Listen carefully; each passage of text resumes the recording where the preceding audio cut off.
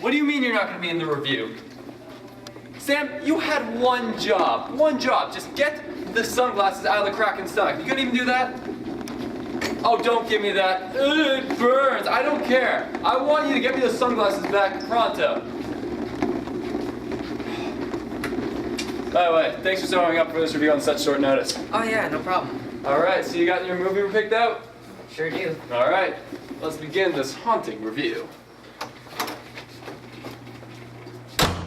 Hello to all tuned in. I'm Alex Hirsch. And I'm Harrison Lee. And welcome to Flyer News Movie Reviews. So today, I'm going to be taking my new co-host here, and we're going to be talking about some of our favorite movies to watch over the Halloween break. So, without further ado, let's start with these cinematic nightmares.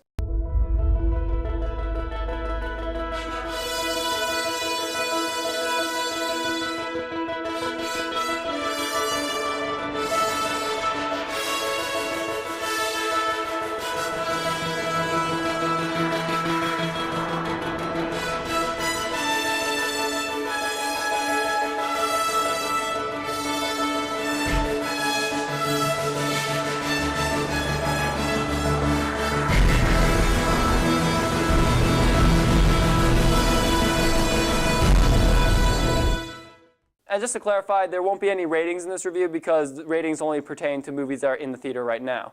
So to kick things off, my review is of the movie The Babadook. So The Babadook was directed by Jennifer Kent. It stars Essie Davis and Noah Wiseman, and that's about it. So the plot of The Babadook is basically, it's about this woman who has just lost her husband and now has to raise her son alone. Now, I'm sure you heard this plot before, that a monster comes in and just wreaks havoc amongst his family. And while the movie does do this from time to time, the movie typically is a lot different from just any monster film. Instead of just going the cheap route of being a slasher film or anything along those lines, this movie delves deep into the psychology that the Babadook represents. Because this movie is designed to represent depression and how you can't get rid of it. And when you have it, you have to learn how to accept it. So to wrap things up, I highly recommend you check out The Babadook. It's an intelligent movie, it's a scary movie, and while it does kind of fall apart near the end and it just devolves into a little bit too much of a slasher film, I'd say that it does manage to have a satisfying and good ending. So today I'm going to be talking about Resident Evil 2, but before I do, let me just sum up Resident Evil 1, both equally being bad.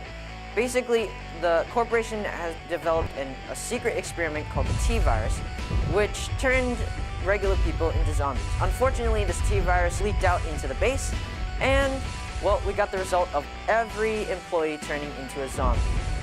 So, moving on to Resident Evil 2, not much else happens except that the entire Raccoon City is taken over by zombies. And the regular people are fighting to get out as the Umbrella Corporation has walled off the entire city. Ultimately, both movies were by far probably really bad considered to the video game, but most movies based off of video games are like that. Overall, this movie was by far pretty bad. The plot was awful. The action sequence was okay. I mean, I myself was particularly entertained by it, so that's probably the only thing that got me through this movie. But overall, it's one of those B-list movies. So Harrison, you recommend Resident Evil? For the action sequence, of course. For everything else, absolutely not. Yeah, The Babadook's very light on action, but it's got a very funny name, so I recommend checking it out. So, that was our Halloween special for this year. I'm Alex Hirsch. And I'm Harrison. And everyone, have a wonderful Halloween.